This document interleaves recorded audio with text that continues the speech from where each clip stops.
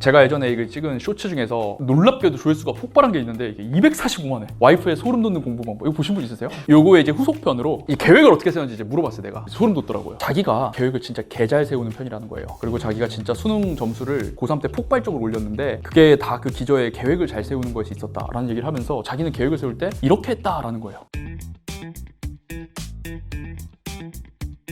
여러분, 공부 계획을 안 세우면 이것만큼 편한 게 없습니다. 왜요? 오늘 내가 뭘 해야 될지 안 정해놨잖아요. 그럼 오늘 하루 시간이 지나면 오늘 끝난 거잖아요. 너무 좋아. 근데 그렇게 계획을 세우지 않으면 내가 이걸 이만큼 했을 때 그 다음은 뭘 해야지 뭐 이런 것들을 생각을 안 하니까 인과선후관계가 뇌 속에서 발달되지 않고 즉흥적으로 행동하고 사고하게 되고 이런 일이 벌어진다고 했었죠. 그래서 내가 이거를 이제 집에 계시는 저희 선배님이자 와이프랑 좀 심도 있게 논의를 해봤어요. 그런데 놀라운 얘기를 해줬습니다. 제가 이거 오늘 좀 준비를 좀 했는데 자기가 사실은 계획을 진짜 개 잘 세우는 편이라는 거예요. 그리고 자기가 진짜 수능 점수를 고3 때 폭발적으로 올렸는데 그게 다 그 기저에 계획을 잘 세우는 것이 있었다라는 얘기를 하면서 자기는 계획을 세울 때 이렇게 했다라는 거예요. 그래서 내가 이걸 좀 적어왔어. 여러분들 알려주려고. 이게 재밌어요. 일단 첫 번째는 뭐냐면 자기는 집중력이 진짜 낮은 편이었대. 그래서 자기는 20분 단위로 공부를 했다는 거예요. 이게 뭔 개소리냐. 이게 뭐냐면 예를 들어 국어를 하면 2시간, 3시간 이게 아니라 딱 20분만 하는 거예요. 그러면 한 독서 한 지문 정도 풀고 피드백 할 수 있겠죠? 그거 하고 다른 과목 넘어가는 겁니다. 그러면 집중력이 굉장히 잘 유지가 된대요. 그리고 과목 간의 밸런스를 최대한 유지하면서 공부할 수가 있대요. 보통 이런 친구들 있잖아요. 하나 딱 꽂히면 한 4시간 동안 뭐 이거 하고 두 번째 과목 4시간 하면 하루 끝나잖아요. 그럼 나머지 언제 해? 그래서 최대한 잘게 쪼개가지고 제가 20분 단위로 스위치를 했대요. 물론 수학을 20분만 할 수는 없겠죠. 특정 과목 제외하고. 그리고 지금 이거는 상반기에만 해당되는 거고 하반기에는 당연히 자기는 가장 잘했던 게 이제 진짜로 국어, 수학, 영어 그 모의고사 단위로 공부를 크게 했대요. 두 번째, 시간 단위보다는 태스크스 단위로 계획을 해라. 이게 뭐냐면 보통 이제 뭐 시간을 9시부터 11시까지는 국어 이렇게 하는데 이게 좀 안 맞는 사람들이 있어요. 이게 계획 세우는 법은 유튜브 쳐보면 정말 방법이 많은데 이게 좀 안 맞는 사람들이 있어. 왜냐면 어떻게 딱 2시간 만에 좀 초과할 수도 있고 근데 그런 거에 하나하나 계속 실망감을 느끼면 계획을 계속 못 세우거든요. 그래서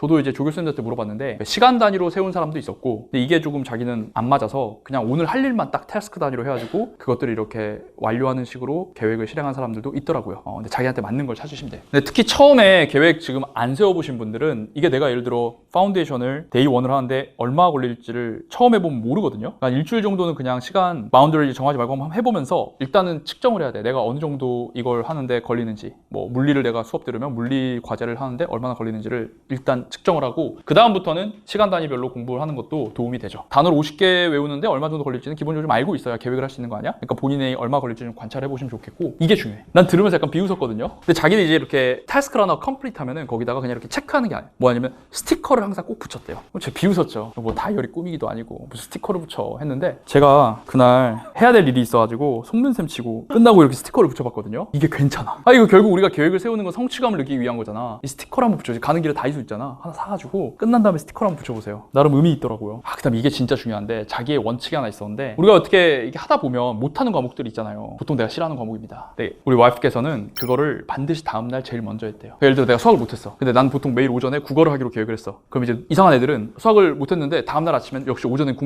국어지 하면서 또 국어를 공부한다는 거야. 그럼 수학은 언제 공부하냐? 수학을 제일 먼저 한다는 거야. 시간에 자꾸 구애받지 말고. 근데 이렇게 해야 좀 밸런스 있게 모든 과목이 공부 가능하다라는 얘기를 하더라고요. 그리고 이제 마지막으로 5번 계획도 중요한데 결국 실행이 중요하잖아. 근데 실행은 자기의 자유의지를 너무 믿으면 안 돼요. 할 수밖에 없는 환경을 만드는 게 대단히 중요하대요. 제 와이프도 이걸 했더라고. 자기 강추하던데 제 와이프는 정말 승부욕이 강한 사람이라서 친구랑 이렇게 책을 사잖아요. 그러면 우리 2주 안에 이거 다 풀자. 그래서 못 푸는 사람이 푼 사람한테 책값을 주는 거야. 예를 들어 25,000이잖아. 그러면은 못 푼 사람은 푼 사람한테 5만 원을 주는 거예요. 그래서 내가 물어봤어. 너무 신기해서. 둘 다 풀면 어떻게 돼? 그럼 그냥 둘 다 풀었으니까 아무것도 없는 거야. 두 번째 질문했습니다. 둘 다 못 풀면 어떻게 돼? 그러니까 자기는 그런 적이 한 번도 없었다 하면서 정색을 하는 거예요. 자기는 그런 적이 한 번도 없었대. 자기는 항상 풀었고 항상 돈을 얻을 수 있었다라고 하면서 소름 돋는 얘기를 또 하더라고요. 그래서 자기는 이거 진짜 학생들한테 추천하는 게 친구들하고 스터디를 해서 스터디 카페를 같이 하는 게 지금 중요한 게 아닙니다. 야 이번에 단어 시험 통과 못한 사람이 통과한 사람한테 5,000원 주자. 뭐 이런 거. 5,000원 너무 작나요? 5만 원. 핵심 포인트는 뭐야? 돈이 중요한 게 아니라 그거를 계획한 걸 실행할 수밖에 없는 환경을 만들라는 거예요. 이게 되게 중요합니다. 너무 본인의 자유의지를 믿지 마시고.